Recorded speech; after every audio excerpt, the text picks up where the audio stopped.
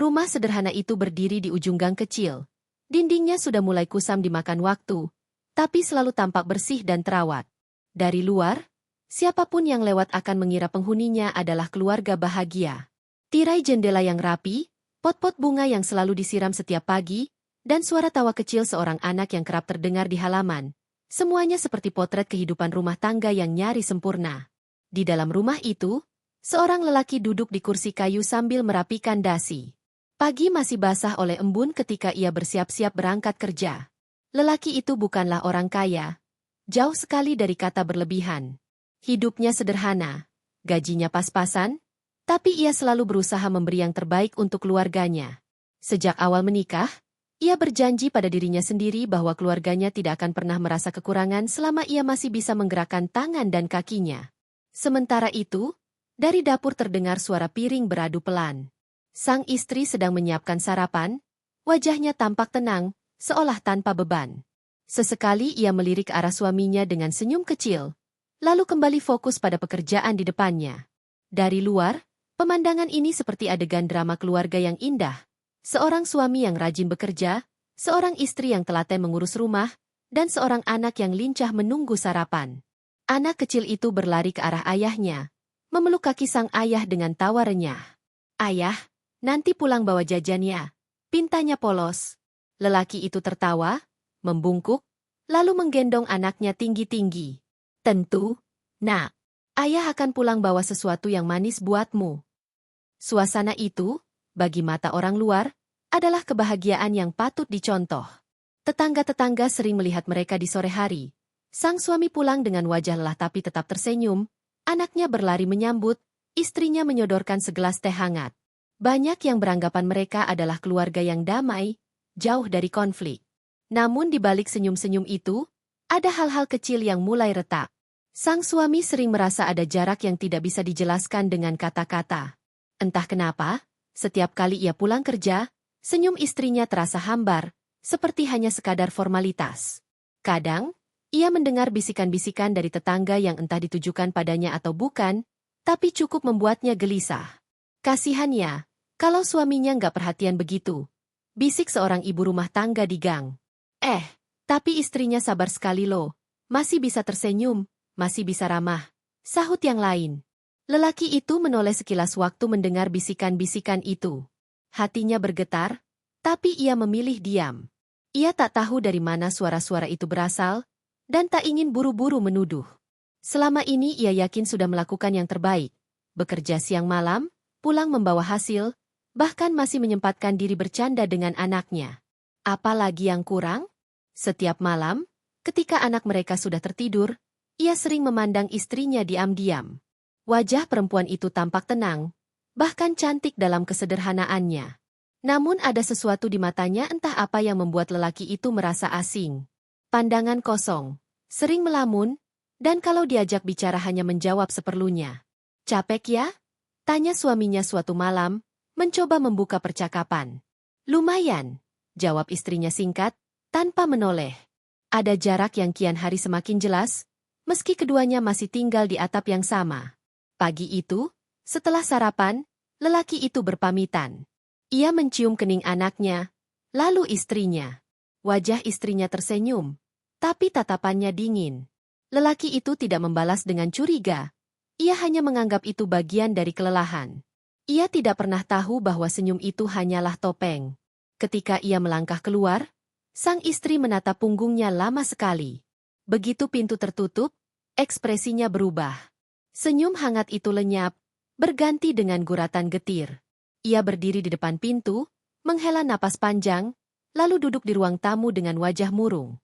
Tak lama kemudian, seorang tetangga lewat, menyapa dari luar jendela. Pagi, Bu. Suaminya sudah berangkat ya? Capek nggak ditinggal sendirian terus di rumah?" Sang istri tersenyum tipis, menunduk sedikit, dan menjawab dengan suara lirih. "Iya. Mau gimana lagi? Namanya juga rumah tangga. Kadang kalau dia pulang, malah lebih capek lagi."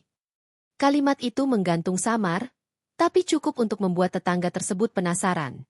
Mereka melanjutkan obrolan ringan, namun isi percakapan itu mulai menyisakan benih-benih gosip yang akan tumbuh subur di kemudian hari. Sementara itu, di tempat kerjanya, lelaki itu sedang berjuang keras. Ia menanggung beban pekerjaan yang tidak ringan, rela pulang larut malam hanya demi memastikan dapur rumahnya tetap berasap. Saat rekan-rekannya mengeluh, ia memilih diam. Saat orang lain pulang lebih awal, ia masih sibuk di depan meja, menuntaskan tanggung jawab. Baginya, semua kerja keras itu tidak ada artinya kalau keluarganya tidak bisa bahagia. Ia sering membayangkan istrinya tersenyum hangat menyambut di rumah, meski kenyataannya sering berbeda. Namun imajinasi itu yang membuatnya bertahan. Ia percaya, rumah tangga adalah tentang kesabaran dan perjuangan. Hari-hari berlalu dengan pola yang sama. Ia bekerja keras, istrinya tersenyum di luar tapi dingin di dalam. Anaknya tetap ceria tanpa tahu apa-apa. Dari luar, rumah itu tetap terlihat harmonis, tapi di balik dindingnya, ada rahasia yang mulai tumbuh. Malam itu, hujan turun deras. Lelaki itu pulang lebih lambat dari biasanya. Bajunya basah, tubuhnya lelah. Tapi ia tetap membawa sekotak kecil jajanan untuk anaknya. Sesampainya di rumah, ia disambut dengan keheningan. Anak sudah tidur, istrinya duduk di ruang tamu tanpa ekspresi. "Maaf terlambat," katanya pelan sambil menyodorkan kotak itu. "Besok kasih ke anak ya." Istrinya menerima tanpa kata. Hanya tatapan sekilas, lalu kembali menunduk. Lelaki itu terdiam, menatap istrinya lama-lama. Ada banyak kata yang ingin ia ucapkan, tapi lidahnya keluh. Ia takut semua akan terdengar seperti tuduhan. Jadi ia memilih diam. Lagi. Di luar, suara hujan menampar atap seng dengan keras. Lelaki itu masuk kamar, menatap anaknya yang tidur pulas. Senyum kecil terukir di bibirnya, meski matanya menyimpan lelah yang dalam. Ia tak tahu, di luar kamar itu, istrinya kembali menatap kosong ke jendela, seolah menimbang sesuatu yang tidak bisa dipahami. Rumah itu tetap terlihat hangat dari luar, tapi malam itu, untuk pertama kalinya, lelaki itu merasa seperti orang asing di rumahnya sendiri. Dan ia belum tahu, fitnah pertama baru saja dilontarkan istrinya kepada tetangga siang tadi. Sebuah cerita kecil yang tampak sepele, tapi kelak akan menjelma badai besar yang menghancurkan segalanya. Pagi berikutnya, suasana rumah masih sama. Lelaki itu bangun lebih awal, menyiapkan seragam kerjanya, lalu pelan-pelan membangunkan anaknya untuk bersiap sekolah. Seperti biasa, ia tersenyum tulus, meski di balik senyum itu ada kelelahan yang tak pernah ia bagi pada siapapun. Ia terbiasa menyimpan semua beban di pundaknya seorang diri. Sementara itu, istrinya masih sibuk di dapur. Aroma nasi goreng sederhana memenuhi ruang makan. Dari luar, semua tampak normal, tak ada yang berubah. Namun di dalam hati sang istri, sudah mulai tumbuh benih rasa yang berbeda, semacam ketidakpuasan yang sulit dijelaskan. Ketika lelaki itu hendak berangkat, ia berpamitan pada istrinya. "Aku pulang agak malam, ada lemburan," katanya singkat. Istrinya mengangguk, tapi tidak ada lagi senyum yang biasanya tersungging di bibirnya. Lelaki itu menghela napas dalam hati. Ia tak berani menuntut lebih. Baginya, asal rumah tangga tetap utuh, ia rela menahan semua rasa sepi. Beberapa jam kemudian, setelah suaminya pergi, sang istri duduk di teras rumah. Di pangkuannya ada segelas teh yang sudah mulai dingin. Ia termenung, sampai suara seorang tetangga memecah keheningan. "Pagi, Bu." Suaminya kerja lagi, ya? Capek nggak ditinggal terus? Sapa seorang ibu yang baru pulang dari pasar. Istri itu menoleh, tersenyum tipis. Senyum yang tidak sepenuhnya tulus, lebih seperti senyum yang menyembunyikan sesuatu. "Iya, kerja terus. Kadang, ya begitulah. Pulangnya malam, bawaannya capek, kadang malah marah-marah." Tetangga itu mengangkat alisnya. "Masa sih? Kalau dilihat dari luar, suaminya baik banget. Loh, rajin, sopan." "Baik sih, iya," jawabnya, menunduk. "Cuma kan orang luar nggak tahu. Saya yang di rumah ini yang tahu semuanya." Kalimat itu sederhana, tapi cukup untuk menanamkan bibit keraguan di benak sang tetangga. Obrolan ringan itu berakhir, namun gosip kecil mulai terbentuk. Begitulah cara cerita bohong bekerja. Pelan, samar, tapi tajam. Hari berganti, gosip itu mulai merambat. Dari satu telinga ke telinga lain, dari satu mulut ke mulut berikutnya. Cerita tentang suami yang pemarah, yang tidak peduli pada keluarga, yang pulang hanya untuk melepas lelah tanpa pernah memperhatikan istri. Padahal, kenyataannya jauh berbeda. Sore itu, suami pulang lebih cepat dari biasanya. Ia ingin memberi kejutan pada anaknya dengan mainan kecil yang dibeli dari sisa uang makan siang. Namun begitu ia membuka pintu rumah, suasana berbeda terasa. Anak berlari menyambut, tertawa bahagia. Tapi istrinya hanya menoleh sekilas, wajahnya tanpa ekspresi. "Kok pulang cepat?" tanyanya datar. "Aku sengaja. Biar bisa main sebentar sama anak," jawab sang suami sambil tersenyum. Anak kecil itu menggenggam mainan barunya, tertawa ceria. Suami itu ikut tertawa, merasa bahagia meski hanya sejenak. Tapi istrinya menatap pemandangan itu tanpa antusiasme. Ia malah bangkit, masuk ke dapur, meninggalkan mereka berdua. Malamnya, ketika lelaki itu duduk di ruang tamu, ia mendengar suara bisik-bisik dari luar jendela. Dua orang tetangga yang sedang berjalan pulang dari warung berhenti sebentar, berbicara dengan nada pelan tapi cukup jelas untuk terdengar. Katanya suaminya kasar. "Ya? Iya, aku juga dengar begitu." Kasihan istrinya. Kalau dilihat dari wajahnya, memang sering kelihatan sedih, kan? Jantung lelaki itu berdegup kencang. Ia menegang, tapi berpura-pura tidak mendengar. Tangannya meremas lengan kursi dengan kuat. Dari mana gosip itu datang? Siapa yang menyebarkan? Ia menatap ke arah istrinya yang sibuk membereskan piring, tapi tak sanggup berkata apa-apa. Ada rasa perih yang tiba-tiba menyeruak, seperti duri yang menusuk pelan namun dalam. Hari-hari berikutnya, gosip itu semakin meluas. Ada yang bilang ia tidak pernah memberi nafkah. Ada pula yang bilang ia sering berteriak pada istrinya. Bahkan ada kabar lebih kejam. Ia dituduh berselingkuh dengan rekan kerjanya. Semua itu murni kebohongan. Tapi di telinga orang-orang, kebohongan itu terdengar lebih meyakinkan daripada kebenaran. Suatu sore, ketika ia hendak keluar rumah, seorang tetangga menatapnya dengan pandangan sinis.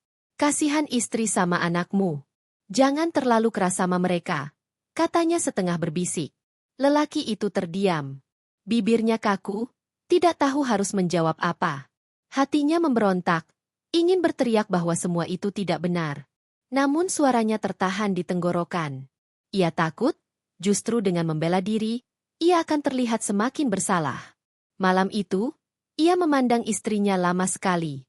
"Apa yang kau katakan pada mereka?" tanyanya pelan, nyaris berbisik. Istrinya menoleh sekilas, wajahnya tetap datar. "Aku cuma cerita. Mereka yang menafsirkannya sendiri." "Cerita apa?" Suaranya mulai bergetar. "Cerita apa adanya. Kalau kau sering pulang malam, kalau kau jarang ada di rumah. Apa itu salah?" Lelaki itu terdiam. Ia ingin berkata, semua itu karena ia bekerja keras demi mereka.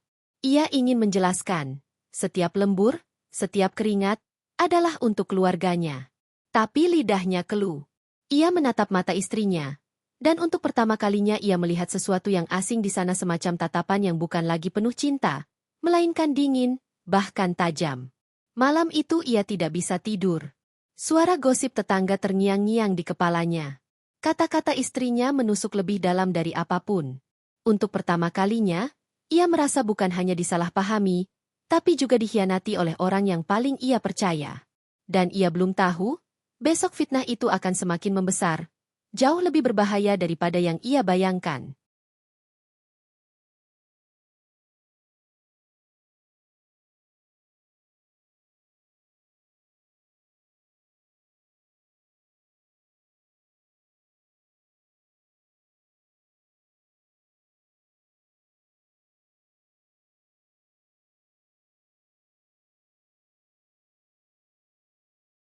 Hari-hari yang dulu terasa biasa kini berubah jadi asing.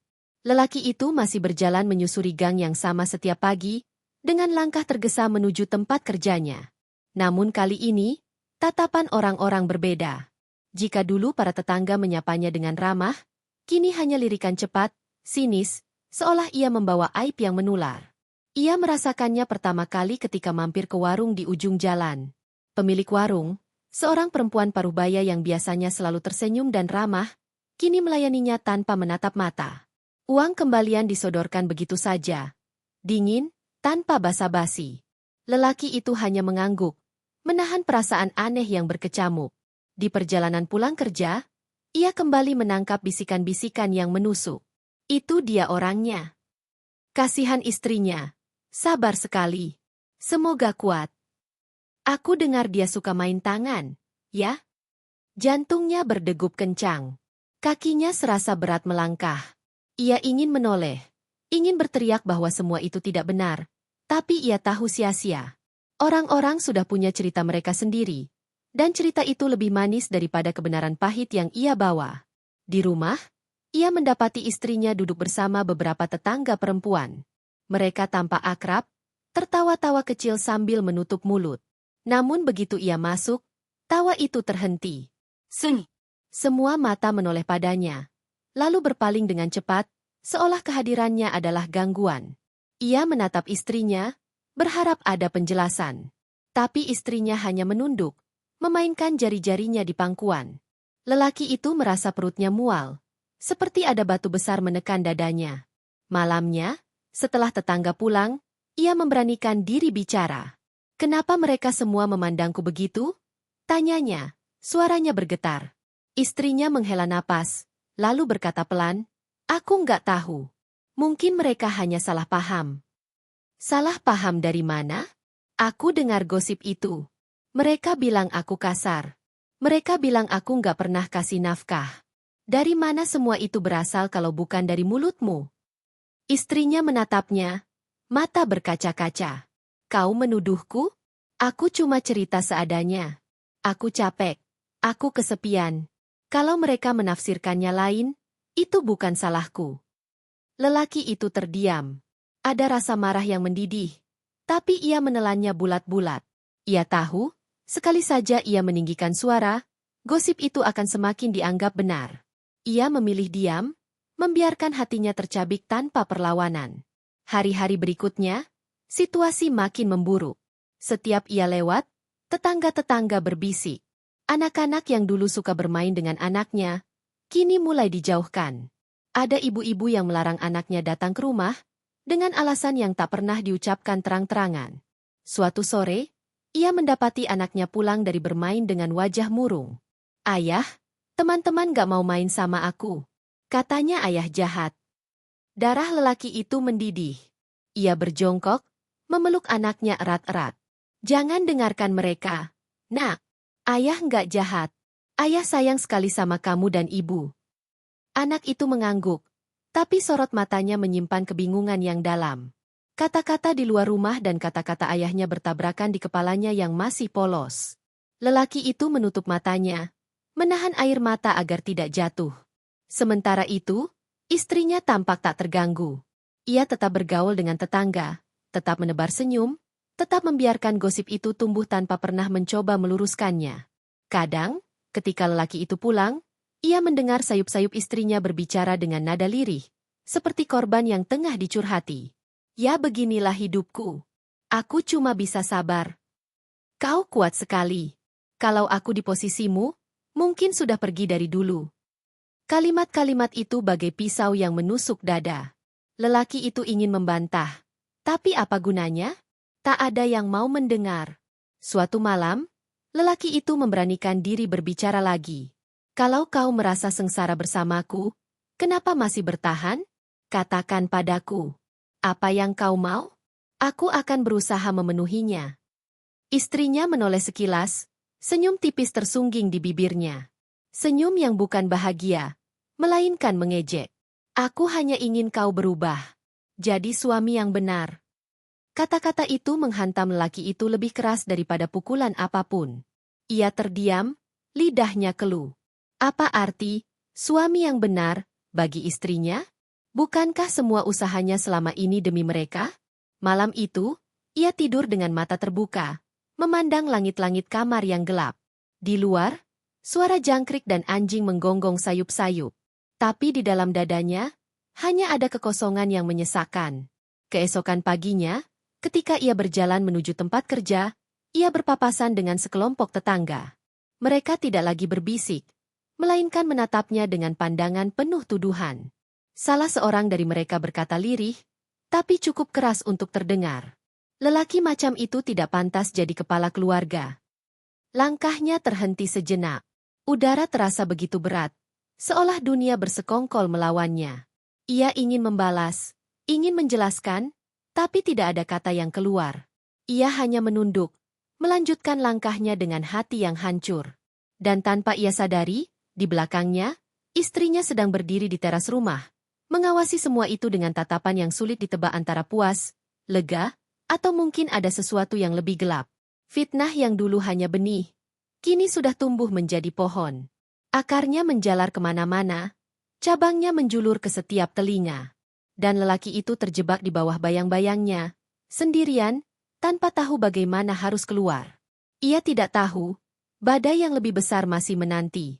Dan kali ini, bukan hanya harga dirinya yang akan dipertaruhkan, melainkan juga masa depan anaknya.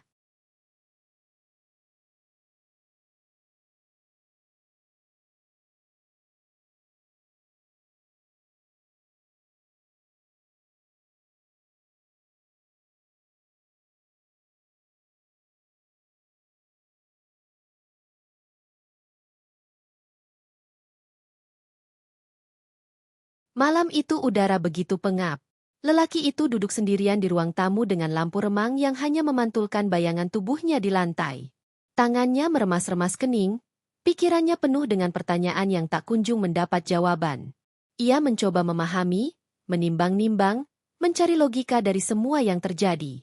Namun semakin ia mencoba, semakin kusut benang itu terasa. Suaminya merasa dirinya terjebak dalam lingkaran yang aneh. Di luar, orang-orang memandangnya dengan tatapan curiga, penuh tuduhan, seolah ia seorang monster. Di dalam rumah, istrinya selalu berwajah datar, seolah ia tidak peduli atau sengaja menikmati keadaan. Sementara anaknya satu-satunya cahaya dalam hidupnya mulai ikut merasakan dampaknya. Beberapa hari terakhir, anak itu sering pulang dengan wajah muram. "Ayah, kenapa mereka bilang ayah jahat?" Pertanyaan polos itu menusuk lebih dalam daripada hinaan siapapun. Lelaki itu hanya bisa memeluknya, membelai rambutnya, tanpa mampu menjelaskan.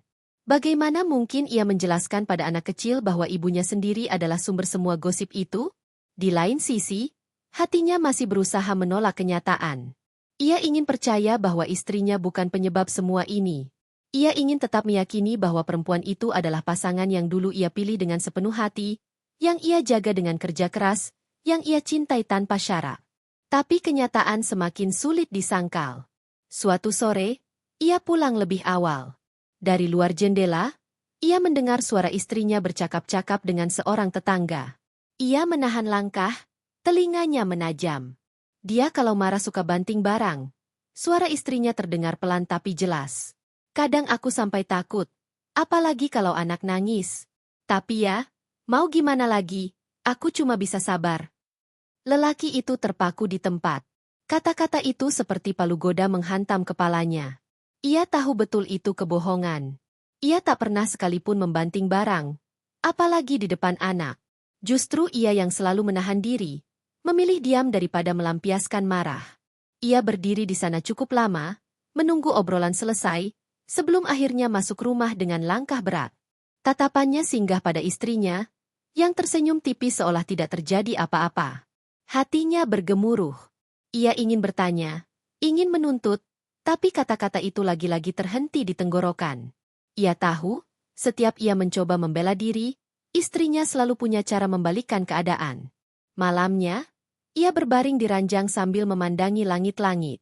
Istrinya di sebelahnya, memunggungi, terlelap dengan wajah damai. Lelaki itu tidak bisa tidur. Pertanyaan demi pertanyaan berputar di kepalanya. Apa salahnya selama ini? Apa dosanya sehingga ia harus diperlakukan seperti ini? Di tempat kerja, pikirannya kacau.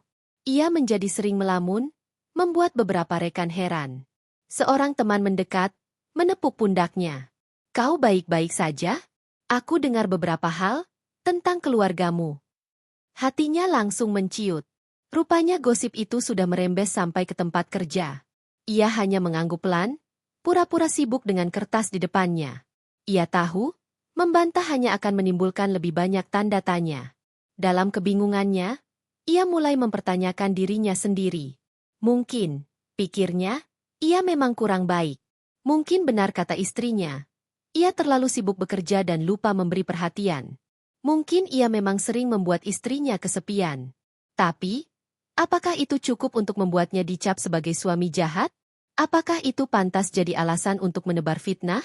Kebimbangan itu menghancurkan hatinya sedikit demi sedikit. Di satu sisi, ia ingin marah, ingin berteriak, ingin membela dirinya mati-matian. Di sisi lain, ia masih mencintai istrinya. Ia masih ingin melindungi nama baik perempuan itu. Betapapun sakitnya, ia takut kalau aib rumah tangga mereka benar-benar terbongkar, anak mereka yang akan menjadi korban. Malam berikutnya, ia mencoba bicara lagi. Kali ini suaranya nyaris pecah. Kalau aku salah, katakan apa salahku. Jangan biarkan orang-orang terus menganggapku monster. Aku ini suamimu, ayah anakmu. Aku juga punya hati. Istrinya menoleh, menatapnya dengan mata yang dingin. Kau terlalu banyak alasan. Aku hanya ingin kau berubah. Itu saja. Berubah bagaimana? Ia menekan dada dengan tangan, seolah menahan sakit. Aku sudah bekerja keras. Aku sudah melakukan semua yang aku bisa. Apa lagi yang kau mau? Istrinya terdiam, lalu menghela napas. Aku ingin kau jadi suami yang sempurna. Bukan hanya sibuk kerja, pulang lalu diam. Aku ingin yang berbeda. Jawaban itu menggantung di udara. Samar, tapi cukup membuat lelaki itu tercenung lama. Yang berbeda? Batinnya bergemuruh. Apakah itu artinya ia tak pernah cukup? Seberapapun ia berusaha? Kebingungan itu makin menjadi-jadi ketika ia mendengar bisikan lain di luar. Suatu malam, ketika ia pulang, ia melewati sekelompok tetangga yang sedang duduk di pos ronda. Mereka tidak menyadari ia ada di belakang, sehingga suara mereka terdengar jelas. Kasihan istrinya. Ya, punya suami begitu. Kalau aku jadi dia, sudah kutinggalkan dari dulu. Iya, tapi istrinya sabar sekali. Makanya kita semua respek sama dia. Langkah lelaki itu terhenti. Jantungnya seakan diperas. Ia berdiri beberapa detik, lalu melanjutkan perjalanan dengan kepala tertunduk. Air matanya hampir jatuh. Tapi segera ia usap cepat-cepat sebelum masuk rumah. Di dalam, ia mendapati istrinya sedang duduk sambil menggulir layar ponsel. Tatapannya singgah sebentar, lalu kembali ke layar. Tidak ada sapaan, tidak ada pertanyaan. Lelaki itu menatapnya lama, mencoba mencari secercah kehangatan yang dulu pernah ada, tapi yang ia lihat hanya tembok dingin yang tak bisa ia tembus. Malam itu, untuk pertama kalinya, ia benar-benar merasa sendirian. Di rumah yang ia bangun dengan kerja keras, di samping orang yang ia cintai, ia justru merasa paling asing. Ia bingung. Apakah harus melawan, membongkar semua kebohongan itu? Atau harus tetap diam, menelan semua tuduhan demi menjaga nama baik keluarga? Pertanyaan itu terus menghantuinya, bahkan dalam tidurnya. Dan ia tidak tahu, jawaban apapun yang akan ia pilih, semuanya akan membawa konsekuensi besar yang bisa menghancurkan hidupnya selamanya.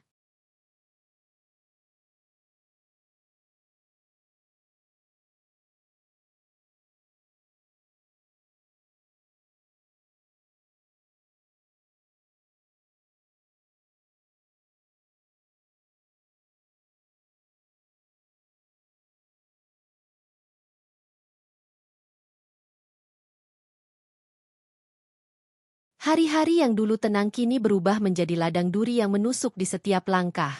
Lelaki itu merasakan perubahan yang semakin nyata. Setiap ia berjalan melewati gang, bisikan-bisikan samar terdengar jelas di telinganya.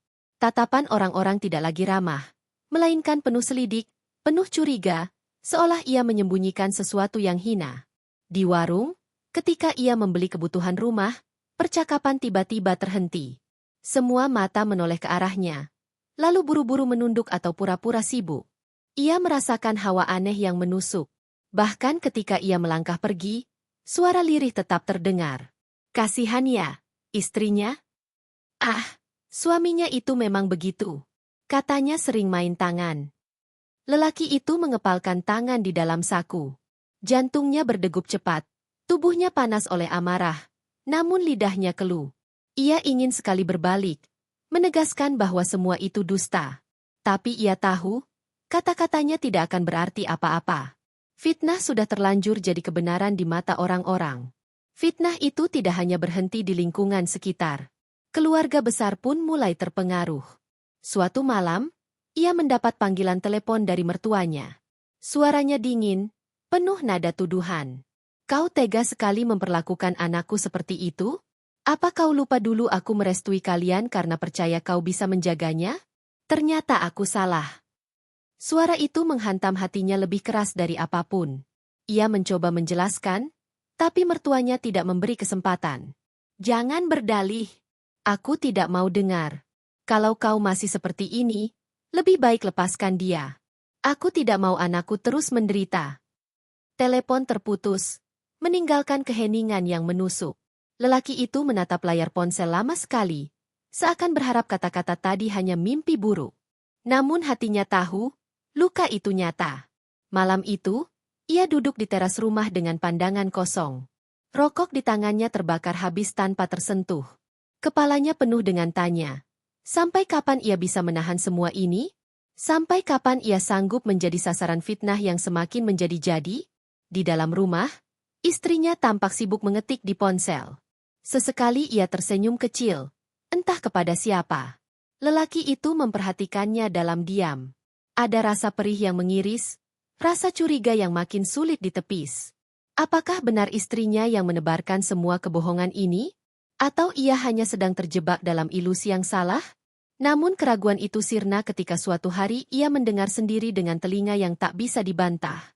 Saat ia pulang lebih awal, ia mendapati istrinya duduk bersama seorang tetangga dekat. Mereka berbincang serius, suara cukup keras hingga terdengar jelas dari balik pintu yang sedikit terbuka. Aku sudah bilang, dia itu suami yang temperamen. Kalau di rumah, wajah aslinya keluar. Orang-orang hanya lihat dia baik di luar. Padahal, aku ini sudah lama menahan. Ya ampun, kok bisa begitu? Kau kuat sekali sabarnya. Aku juga bingung kenapa masih bertahan. Mungkin demi anak. Kalau tidak, aku sudah pergi dari dulu. Lelaki itu menutup mata rapat-rapat, tubuhnya gemetar menahan amarah. Napasnya memburu, dadanya sesak. Ingin rasanya ia masuk dan berteriak, "Cukup! Jangan lagi kau kotori namaku dengan kebohongan." Tapi kakinya terpaku, seolah ada rantai yang menahan. Ia takut-takut kalau ia benar-benar bicara, semuanya akan semakin parah. Beberapa hari setelahnya, fitnah itu mencapai puncaknya. Di tempat kerja, atasannya memanggilnya. Dengan wajah serius, sang atasan meletakkan beberapa lembar kertas di meja. Aku tidak suka urusan pribadi masuk ke kantor. Tapi gosip tentangmu sudah terlalu banyak. Kau harus jelaskan. Lelaki itu terdiam, wajahnya memucat. Ia membaca sepintas kertas-kertas itu keluhan anonim yang menuduhnya sebagai suami yang kasar, tidak bertanggung jawab, bahkan disebut sering mabuk-mabukan. Tuduhan itu bagai pisau yang menusuk berulang kali. Aku tidak pernah melakukan itu. Pak, itu tidak benar. Suaranya bergetar, nyaris pecah. Atasannya menghela napas panjang. Aku ingin percaya padamu. Tapi ingat, reputasi perusahaan juga bisa tercoreng. Jadi berhati-hatilah. Buktikan kalau itu tidak benar.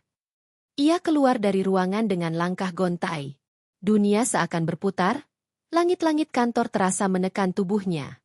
Ia merasa sendirian, benar-benar sendirian. Malamnya, ia mencoba bicara lagi pada istrinya. Kali ini lebih tegas. Kenapa kau lakukan ini? Apa kurang yang kuberikan padamu? Apa salahku sampai kau tega menjelek-jelekan aku di luar sana? Istrinya menatapnya dengan wajah tenang, bahkan sedikit tersenyum. Kalau kau merasa itu tentangmu, berarti kau sadar siapa dirimu. Aku hanya cerita apa adanya. Kalau orang lain percaya, itu urusan mereka. Jawaban itu menusuk lebih dalam daripada tuduhan siapapun. Hatinya terbelah dua. Bagaimana mungkin perempuan yang ia cintai, yang ia perjuangkan, justru jadi orang yang menenggelamkannya? Hari-hari berikutnya, situasi makin mencekik. Fitnah itu berkembang jadi cerita-cerita baru. Ada yang bilang ia punya perempuan lain. Ada pula yang menyebarkan kabar bahwa ia sering tidak memberi nafkah, padahal ia tahu betul setiap bulan uang belanja selalu ia berikan. Lelaki itu nyaris kehilangan kendali. Ia merasa hidupnya dihancurkan perlahan. Tapi ia tidak punya bukti untuk membela diri. Bahkan ketika ia mencoba bicara pada beberapa tetangga, mereka hanya menanggapinya dengan tatapan kasihan-kasihan pada istrinya, bukan padanya. Suatu malam, ia termenung di kamar anaknya yang sudah tertidur. Ia memandang wajah polos itu dengan mata berkaca-kaca. "Nak, apa ayah jahat seperti kata orang-orang?" bisiknya lirih. Tentu anak itu tidak menjawab, hanya hembusan napas teratur dalam tidur yang terdengar. Namun pertanyaan itu membuat dadanya semakin hancur. Ia tahu, cepat atau lambat, kebenaran harus diungkap. Tapi bagaimana? Dan apakah ia punya kekuatan untuk melawan semua fitnah yang begitu besar ini? Sementara itu, di luar sana, istrinya semakin lihai memainkan peran. Ia tampil sebagai istri yang sabar, kuat, penuh penderitaan. Orang-orang semakin memujinya. Bahkan ada yang mengatakan, dia malaikat yang terjebak dengan iblis. Dan tanpa sadar, lelaki itu benar-benar mulai terlihat seperti iblis di mata semua orang. Di malam yang semakin sunyi, ia duduk sendirian di ruang tamu. Pikirannya penuh badai. Untuk pertama kalinya, ia bertanya pada dirinya sendiri apakah ia harus menyerah? Apakah satu-satunya jalan keluar adalah pergi? Meninggalkan semua ini? Pertanyaan itu menggantung, tak ada jawaban. Hanya ketukan jarum jam di dinding yang terdengar, menandakan bahwa waktunya semakin menipis.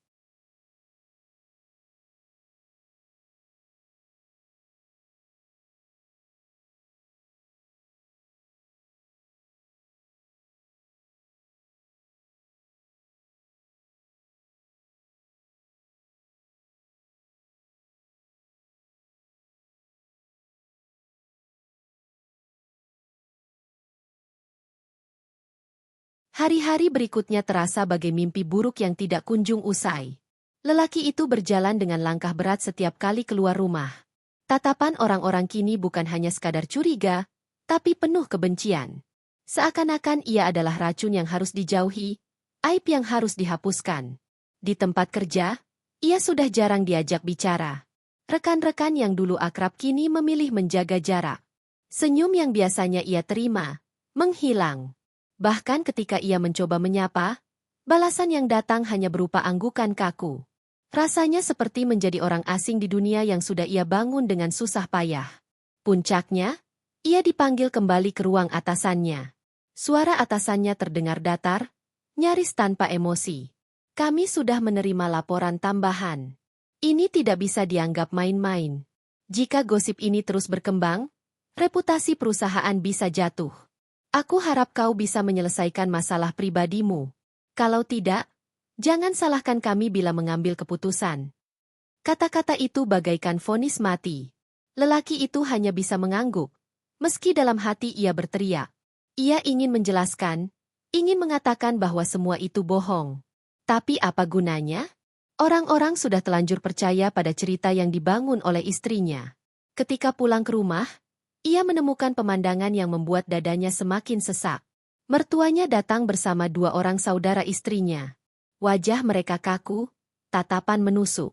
Istrinya duduk di tengah-tengah mereka, berwajah sendu, seolah baru saja menangis. "Sudah cukup, Nak." Suara mertua terdengar berat. "Kami tidak bisa diam melihat anak kami terus menderita.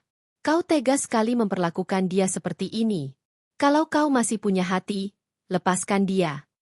Lelaki itu menatap istrinya, berharap ada bantahan, berharap ada secercah pembelaan.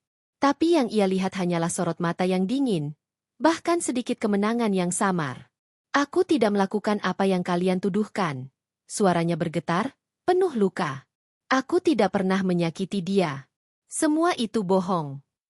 Saudara istrinya tertawa sinis. "Bohong?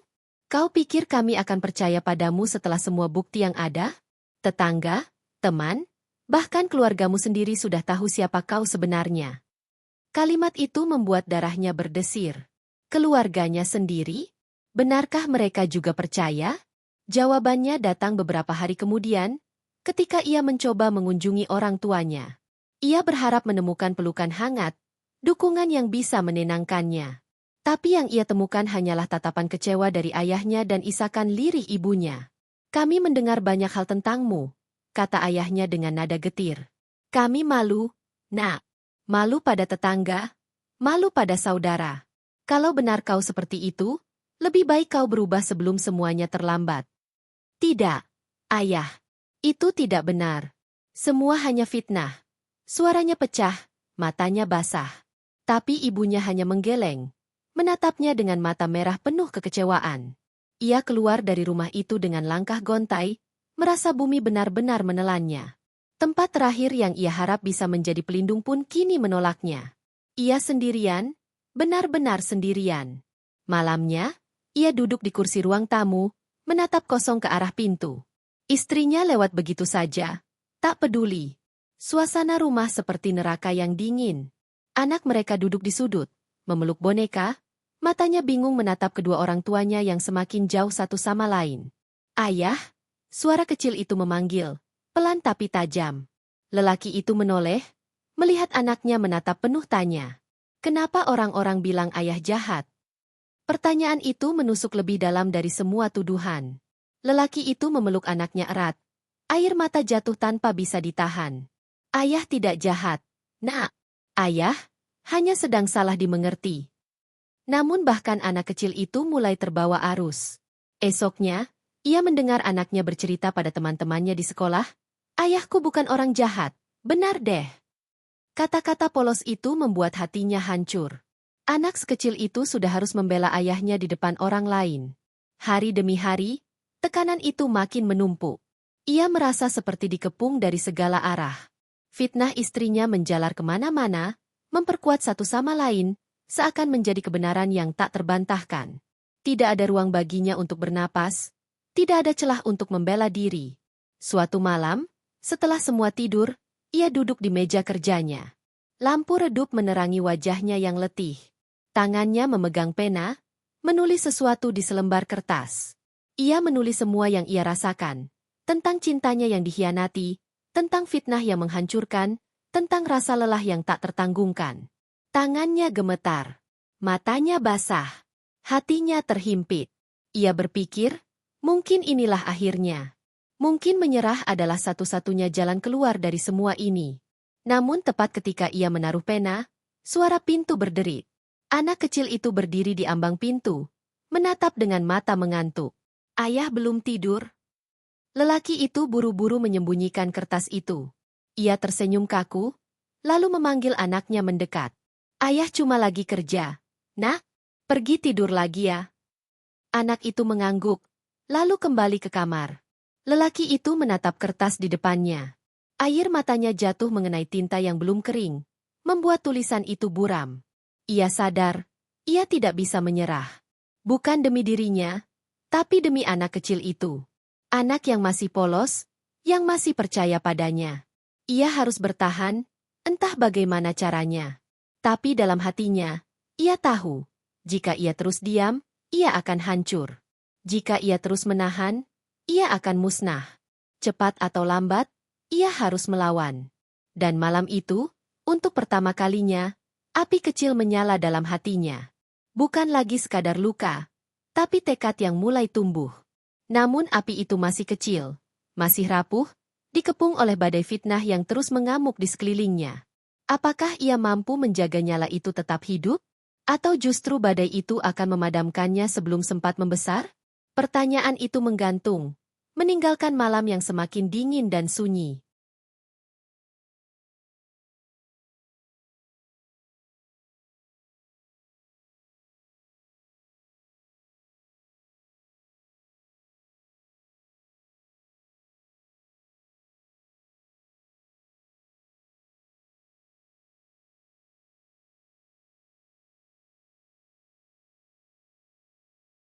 Hari-hari terus berjalan, tetapi bukannya membaik, semuanya semakin memburuk. Lelaki itu seperti orang yang berjalan di atas bara setiap langkah membakar telapak kakinya. Namun ia tidak punya pilihan selain terus melangkah. Ia tahu kalau berhenti, bara itu akan melahap dirinya habis-habisan. Di kantor, ia semakin dijauhi.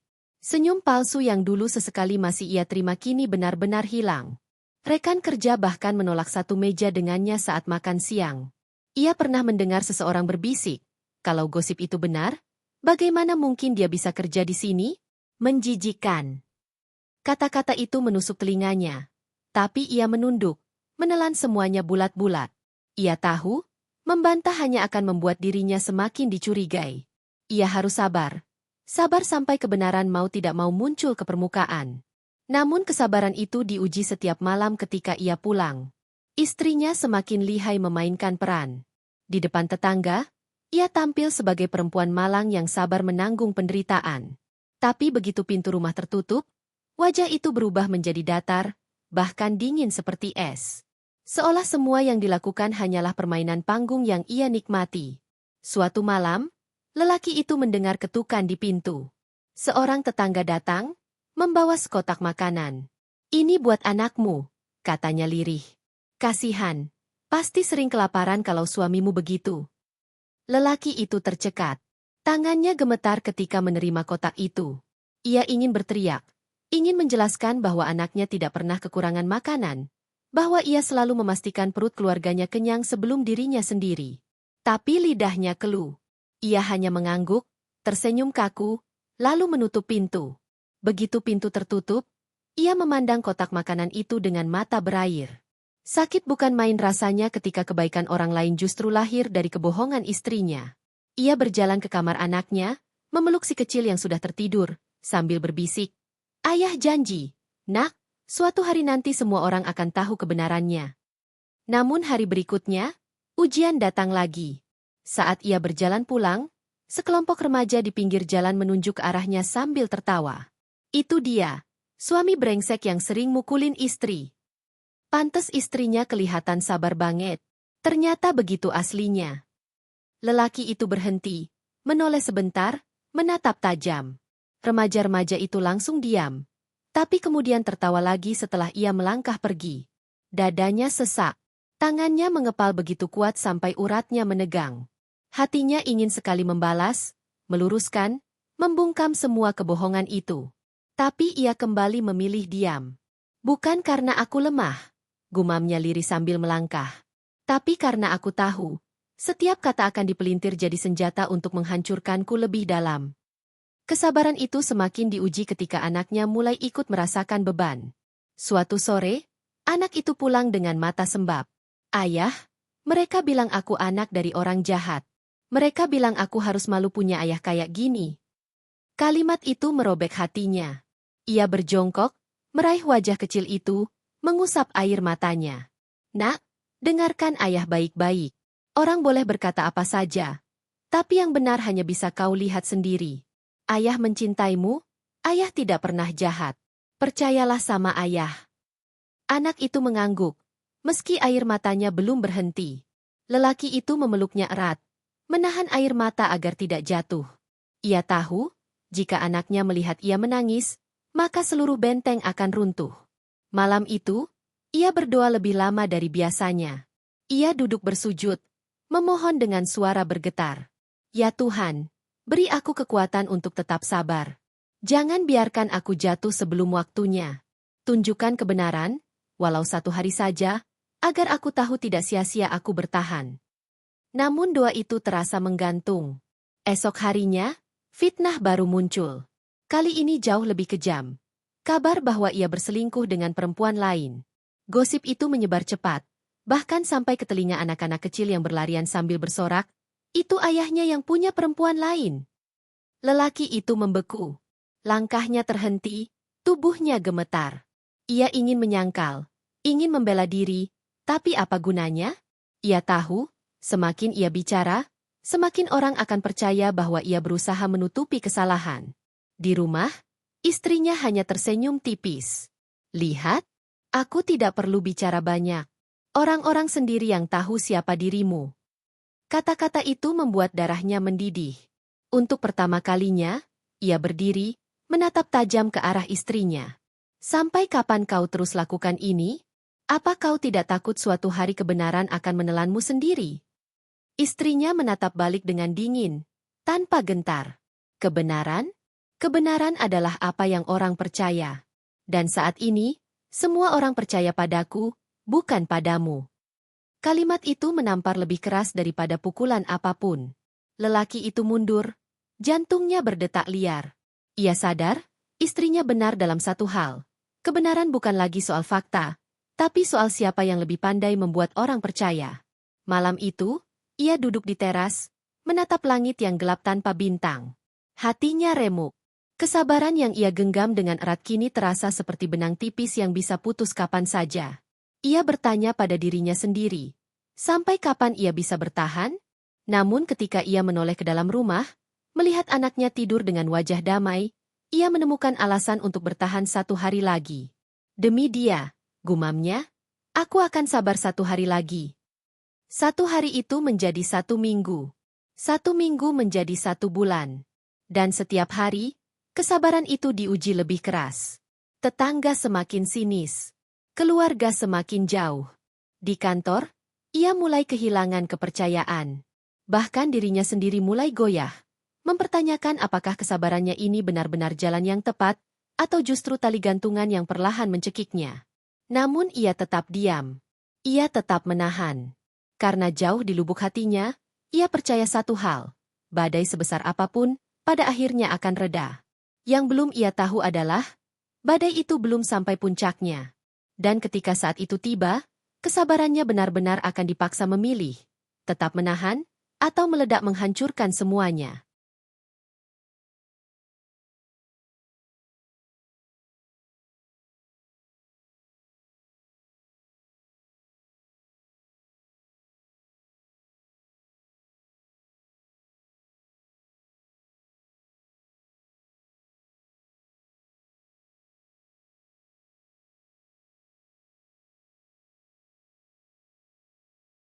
Hujan turun deras malam itu.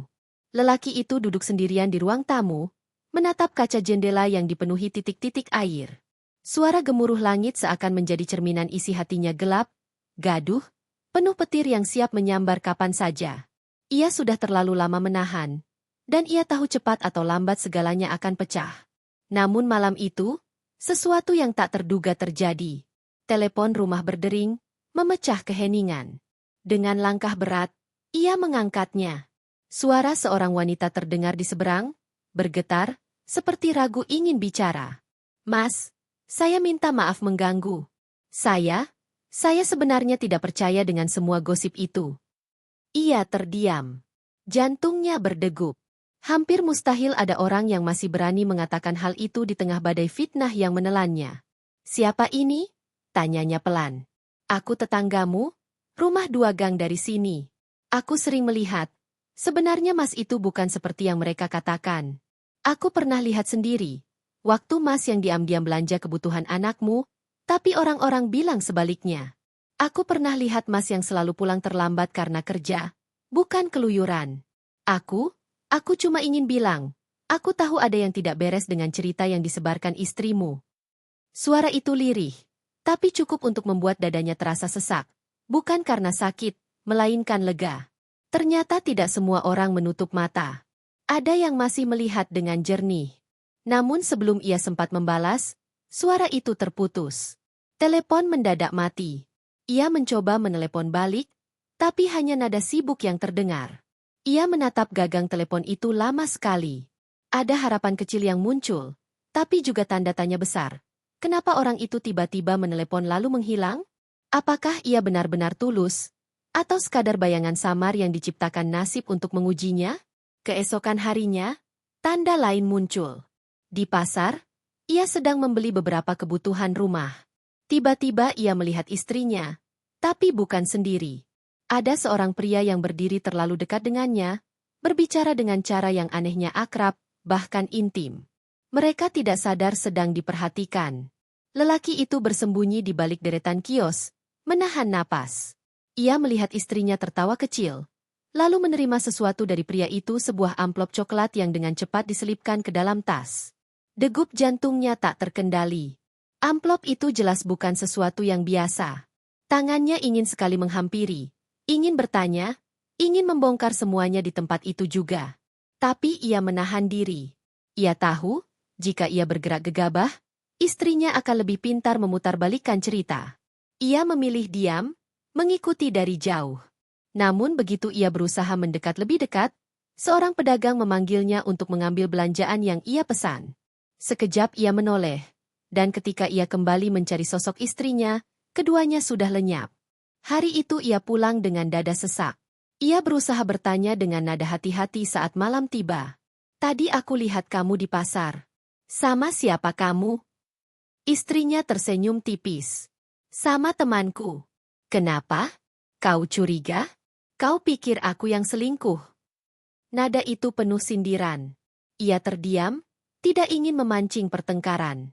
Tapi bayangan amplop coklat itu menghantui kepalanya. Beberapa hari kemudian, kebetulan lain terjadi.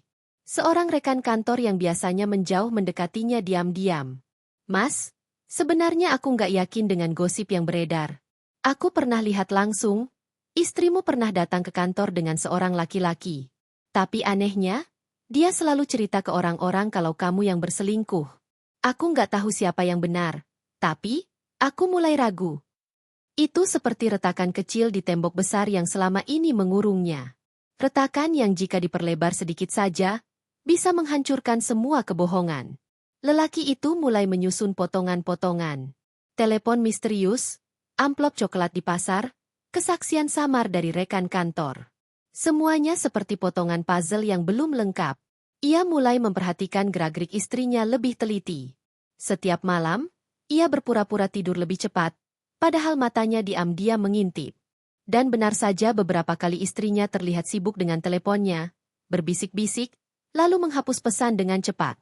Sekali waktu, ia hampir menangkap bukti. Malam itu ia sengaja meninggalkan ponselnya di meja, pura-pura pergi ke kamar mandi. Saat kembali, ia melihat istrinya buru-buru menyembunyikan sesuatu ke dalam tas. Ia tahu itu ponsel istrinya, dan ia yakin ada sesuatu yang disembunyikan. Namun, seperti biasanya, istrinya lebih licin. Ketika ia mencoba mengajak bicara, istrinya hanya tertawa kecil. Kau terlalu banyak curiga. Mungkin itu sebabnya orang-orang percaya kau pelaku, karena wajahmu selalu penuh curiga. Kata-kata itu menusuk, tapi juga membuatnya yakin. Semakin keras istrinya menghindar, semakin besar kemungkinan ada sesuatu yang disembunyikan. Puncaknya terjadi ketika seorang tetangga yang biasanya paling vokal menyindirnya tiba-tiba terlihat bingung. Lelaki itu tanpa sengaja mendengar percakapan mereka di warung. Katanya suaminya brengsek. Tapi aku lihat sendiri kemarin, dia yang belanja, dia yang ngurus anak. Istrinya kemana? Kok sering pergi diam-diam, ya? Percakapan itu cepat terhenti ketika mereka sadar ada yang mendengarkan. Tapi cukup untuk membuat lelaki itu tahu benih keraguan sudah mulai tumbuh di kepala orang-orang. Malam itu ia duduk termenung, matanya menatap kosong. Untuk pertama kalinya setelah sekian lama, ia merasakan sedikit kemenangan. Kebohongan itu tidak lagi utuh. Ada celah, ada lubang kecil yang perlahan bisa membesar. Namun harapan itu tidak bertahan lama. Ketika ia merasa sudah semakin dekat pada kebenaran, sesuatu justru terjadi. Istrinya pulang lebih larut dari biasanya. Wajahnya pucat, langkahnya gugup. Ia melihat ada bercak kecil di bajunya, seperti noda tinta atau cairan hitam yang tidak biasa. Ia bertanya pelan, "Kamu dari mana?" Istrinya menjawab cepat, terlalu cepat. "Dari rumah saudara." Nada itu kaku, berbeda dari biasanya. Lelaki itu menatap dalam, mencoba membaca matanya. Ada sesuatu yang salah. Sangat salah. Tapi sebelum ia sempat menggali lebih jauh, anaknya keluar dari kamar, mengeluh lapar. Kesempatan itu hilang begitu saja. Ia kembali menatap langit malam dari teras. Angin bertiup dingin, membawa aroma tanah basah. Ia sadar, kebenaran sudah sangat dekat, hanya tinggal satu langkah lagi. Tapi ia juga tahu, semakin dekat ia pada kebenaran, semakin besar pula risiko yang menunggunya. Apa yang sebenarnya dilakukan istrinya? Siapa pria itu? Apa isi amplop coklat itu? Dan yang paling menakutkan, seberapa jauh kebohongan ini sudah menjalar sebelum akhirnya terbongkar? Ia tidak punya jawabannya. Yang ia tahu hanyalah satu, permainan ini belum selesai. Dan ketika waktunya tiba, semua kepura-puraan akan runtuh, entah dengan cara yang ia harapkan, atau dengan cara yang jauh lebih mengerikan.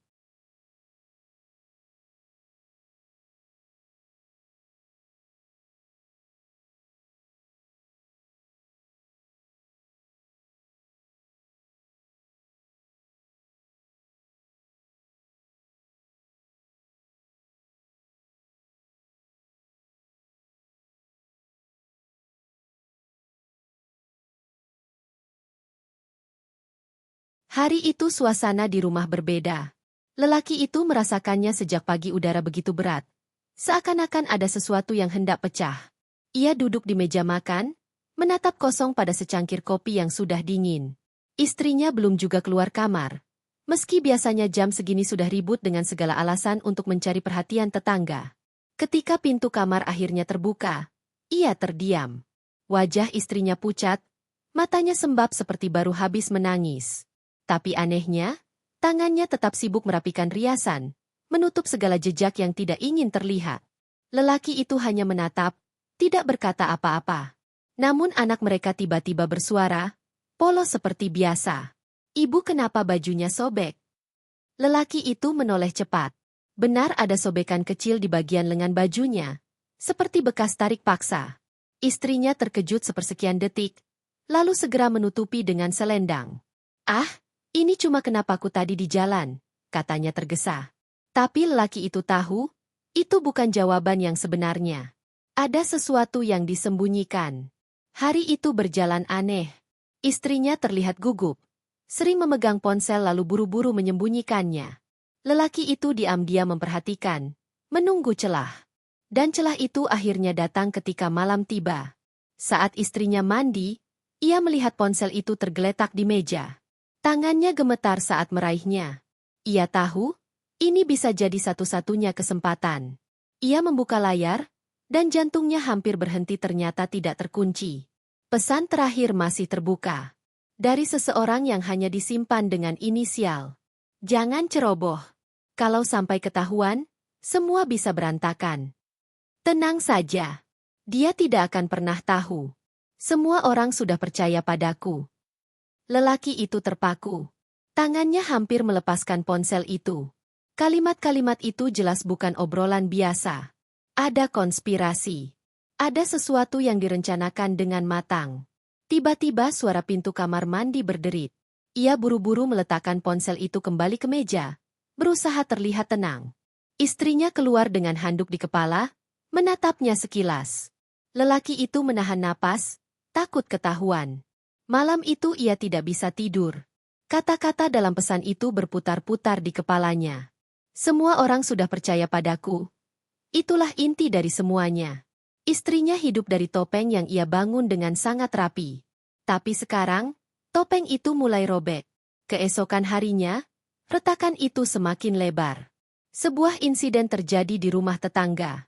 Seorang perempuan datang marah-marah, menuduh istrinya berhutang padanya tapi tak mau membayar. Semua orang berkumpul, menonton pertengkaran itu. Aku sudah kasih kamu uang, tapi kamu malah janji palsu, teriak perempuan itu. Istrinya membela diri dengan nada manis, mencoba memainkan peran seperti biasa. Astaga, jangan fitnah saya begitu. Saya ini cuma ibu rumah tangga biasa. Uang dari mana saya berhutang? Tapi perempuan itu tidak kalah keras. Ia mengeluarkan selembar kertas surat perjanjian pinjaman dengan tanda tangan istrinya. Orang-orang yang berkumpul mulai berbisik-bisik. Tatapan mereka berubah. Lelaki itu berdiri di belakang kerumunan, menatap pemandangan itu dengan perasaan campur aduk. Untuk pertama kalinya, orang-orang mulai melihat celah di balik topeng istrinya. Tetangga yang biasanya paling suka menyindir bahkan terlihat ragu. Tapi, bukankah selama ini dia selalu bilang kalau suaminya yang boros? Bukan dia. Bisikan itu terdengar jelas. Lelaki itu menutup mata sejenak, menahan napas. Akhirnya, kebenaran mulai mengintip dari balik tirai kebohongan. Namun istrinya tidak tinggal diam. Dengan cepat ia berbalik memainkan peran. Air matanya jatuh. Suaranya bergetar. Iya, memang saya pinjam. Tapi untuk apa? Untuk menutup kekurangan rumah tangga karena suami saya tidak bertanggung jawab. Mata semua orang langsung tertuju pada lelaki itu. Tatapan yang sempat ragu kini kembali penuh prasangka. Istrinya berhasil membalik keadaan hanya dengan satu kalimat. Lelaki itu terdiam. Bibirnya bergetar, ingin sekali membela diri. Ingin berteriak bahwa semua itu bohong, bahwa dialah yang menanggung semua beban, bahwa selama ini ia difitnah. Tapi lidahnya keluh. Karena ia tahu, sekali lagi, jika ia bicara, semua akan memutarbalikan. Namun kejadian itu tidak sepenuhnya sia-sia. Setidaknya, Beberapa orang kini mulai berpikir dua kali. Ia melihat dengan jelas ada tatapan berbeda, tidak lagi 100% percaya pada istrinya. Malam itu, ketika rumah sudah sepi, ia mendengar istrinya bicara di telepon dengan suara pelan namun tergesa. Aku hampir ketahuan tadi. Orang itu bawa bukti. Untung aku cepat putar balik. Tapi kita harus hati-hati. Kalau sampai rahasia ini bocor, habislah kita. Suara itu menusuk telinganya. Ia berdiri di balik pintu, mendengarkan setiap kata. Tangannya mengepal, tubuhnya bergetar. Rahasia apa yang sebenarnya disembunyikan? Saat ia hendak melangkah masuk, suara pintu diketuk dari luar. Seorang tetangga datang diam-diam, berbisik lirih. "Mas, saya tahu ada yang aneh. Saya lihat sendiri, istrimu sering bertemu diam-diam dengan pria itu. Tapi saya takut bicara. Hati-hati, Mas. Ada sesuatu yang besar di balik semua ini." Lelaki itu menatap tetangga itu lama. Matanya berkaca-kaca. Akhirnya, ada saksi nyata. Akhirnya, ia tidak sendirian. Tapi sebelum ia bisa menanyakan lebih jauh, istrinya muncul di belakangnya dengan senyum tipis. "Ada apa malam-malam begini?" Tetangga itu langsung gugup, berpamitan cepat dan pergi. Lelaki itu menatap punggung istrinya dengan rasa curiga yang semakin membara. Ia tahu, waktunya hampir tiba. Topeng itu sudah robek, dan sebentar lagi akan runtuh sepenuhnya. Namun ia juga tahu, semakin dekat ia pada kebenaran, semakin besar bahaya yang mengintainya. Karena orang yang membangun kebohongan sebesar ini tidak akan diam ketika rahasianya terancam terbongkar. Malam itu, ia duduk sendiri di ruang tamu, menatap kegelapan. Untuk pertama kalinya, ia tersenyum tipis. Bukan karena bahagia, melainkan karena akhirnya ada secercah cahaya di ujung lorong gelap yang selama ini menelannya. Tapi senyum itu hanya bertahan sebentar. Sebuah pesan tiba di ponselnya. Nomor tak dikenal, dengan satu kalimat singkat. "Hati-hati, kau tidak tahu siapa musuhmu sebenarnya." Pesan itu membuat darahnya membeku. Jari-jarinya gemetar saat menatap layar. Musuh? Jadi, selama ini bukan hanya istrinya? Ada orang lain di balik semua ini? Pertanyaan itu menggantung di kepalanya, membuat malam itu terasa lebih panjang dari biasanya. Ia tahu satu hal, badai belum reda. Justru, badai itu baru akan mencapai puncaknya.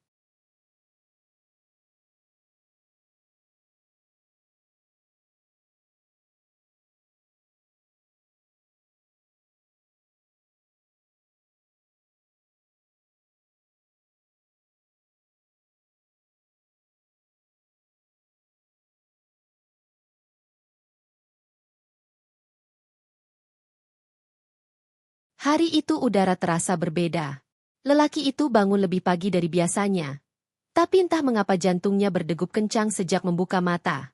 Seolah-olah tubuhnya tahu, sesuatu yang besar akan terjadi. Ia duduk lama di tepi ranjang, menatap langit-langit kamar yang retak di sudutnya, lalu menarik napas dalam. Hari ini bukan hari biasa. Sejak beberapa minggu terakhir, ia mengumpulkan potongan demi potongan kebenaran. Pesan-pesan mencurigakan di ponsel istrinya, kesaksian samar dari tetangga, hingga amplop coklat misterius yang pernah ia lihat di pasar. Semua itu berserakan seperti pecahan kaca, menyakitkan ketika disentuh, tapi perlahan membentuk cermin yang memperlihatkan wajah asli istrinya. Dan hari itu, tanpa diduga, semua potongan itu bertemu. Di kantor, seorang rekan lama mendatanginya. Lelaki itu jarang bicara, tapi kali ini ia terlihat gugup. "Mas, maaf saya baru berani cerita. Ada hal yang harus kau tahu. Beberapa waktu lalu, aku pernah diminta istrimu untuk tanda tangan sebagai saksi palsu di sebuah dokumen. Katanya untuk urusan rumah tangga. Tapi setelah aku baca lagi, ternyata dokumen itu dipakai untuk menyudutkanmu. Aku tidak tega. Dan aku rasa, kebenaran harus keluar sekarang." Lelaki itu terdiam. Suara dunia seperti hilang. Kata-kata itu adalah kunci yang selama ini ia cari. Bukti bahwa semua yang ia alami bukan sekadar dugaan. Istrinya benar-benar merencanakan fitnah dengan sadar dan licik. Malam itu, ia pulang tanpa sepatah kata. Ia hanya menatap istrinya yang sedang sibuk bercermin, merapikan wajah dengan riasan tebal. Ia tidak bertanya apa-apa, hanya menyimpan semua dalam hati. Tapi kali ini berbeda bukan karena ia tidak berani, melainkan karena ia tahu waktunya sudah hampir tiba. Hari berikutnya, kabar buruk mengguncang. Seorang pria-pria yang pernah ia lihat bersama istrinya di pasar ditangkap polisi karena kasus penipuan besar. Berita itu tersebar cepat. Dan yang lebih mengejutkan, nama istrinya disebut-sebut terlibat sebagai salah satu pihak yang ikut membantu. Tetangga heboh. Orang-orang yang dulu mudah percaya kini mulai bergosip dengan nada berbeda. Jangan-jangan selama ini yang kita percaya malah justru yang berbohong? Bisik seorang ibu-ibu di warung. Lelaki itu mendengarnya dengan hati yang bergetar. Akhirnya, kebenaran mulai keluar, bukan dari mulutnya, tapi dari kenyataan yang tak bisa ditutupi. Namun istrinya masih mencoba bertahan. Malam itu, ia marah besar, menuduh suaminya yang menjadi sumber masalah. Ini semua gara-gara kamu. Kalau saja kamu bukan laki-laki lemah, orang tidak akan berani mengaitkan aku dengan dia. Lelaki itu menatapnya lama, lalu berkata dengan suara tenang, semua kebohongan ada waktunya untuk terbongkar. Dan waktumu hampir habis. Keesokan harinya, puncak badai itu benar-benar datang. Polisi datang ke rumah, membawa surat panggilan untuk istrinya. Orang-orang berkerumun di depan pagar, ingin tahu apa yang terjadi. Istrinya panik, mencoba tetap tersenyum sambil berteriak, "Ini hanya salah paham. Aku difitnah." Tapi kali ini, kata-kata itu tidak lagi semudah dulu dipercaya. Orang-orang yang dulu mengaguminya kini saling berbisik dengan tatapan curiga. Mereka mulai mengingat semua kejanggalan yang pernah mereka abaikan. Lelaki itu berdiri di samping, diam, tidak ikut campur. Tapi dalam diamnya, ada kemenangan besar yang terasa begitu manis. Saat polisi membawa istrinya masuk mobil, anak mereka berdiri di depan pintu, bingung, matanya berkaca-kaca. Lelaki itu berlutut, memeluk anak itu erat. Ayah sudah bilang, "Nak, cepat atau lambat, kebenaran pasti muncul. Dan hari ini, kau bisa lihat sendiri." Tangis anak itu pecah, bukan karena sedih, tapi karena lega. Untuk pertama kalinya, beban yang selama ini menghimpit akhirnya mulai terangkat. Hari-hari berikutnya, berita tentang kasus itu semakin besar. Semua kebohongan istrinya terungkap, hutang-hutang yang ditutupi dengan fitnah, hubungan gelap dengan pria itu, hingga dokumen-dokumen palsu yang sengaja dibuat untuk menjatuhkan suaminya. Orang-orang yang dulu menertawakan lelaki itu kini menunduk malu setiap kali berpapasan. Tetangga yang suka menyindir datang dengan wajah penuh rasa bersalah, mencoba meminta maaf. Kami salah menilai. Kami terlalu cepat percaya." Lelaki itu hanya tersenyum tipis. Tidak ada amarah, tidak ada dendam. Baginya, kebenaran yang sudah terbuka adalah jawaban terbaik. Namun cerita ini tidak berhenti hanya pada terbongkarnya kebohongan. Yang membuatnya benar-benar gong adalah saat persidangan berlangsung. Di ruang sidang yang penuh sesak, sang istri berusaha mempertahankan topengnya untuk terakhir kali. Dengan suara gemetar, ia menangis, "Saya hanya korban. Semua ini bukan salah saya." Tapi hakim tidak mudah percaya. Bukti-bukti yang menumpuk terlalu jelas. Rekaman pesan, tanda tangan saksi palsu, bahkan kesaksian pria yang sudah lebih dulu ditangkap semuanya menunjuk ke arahnya. Lelaki itu duduk di kursi pengunjung, tenang, tapi matanya tajam. Ia tidak perlu lagi bicara, tidak perlu lagi membela diri. Kebenaran sudah berbicara untuknya. Ketika vonis dijatuhkan, ruangan itu hening. Sang istri dinyatakan bersalah, terlibat dalam penipuan dan fitnah. Ia menjerit, mencoba menoleh ke arah suaminya. "Kau pasti senang. Yah, kau puas lihat aku jatuh seperti ini." Lelaki itu berdiri perlahan, menatapnya dengan mata yang penuh luka, tapi juga penuh kelegaan. "Aku tidak pernah bahagia melihatmu hancur. Aku hanya ingin kebenaran. Dan sekarang, semua orang tahu siapa sebenarnya yang berdusta." Kalimat itu menggema di ruangan, membuat semua orang terdiam.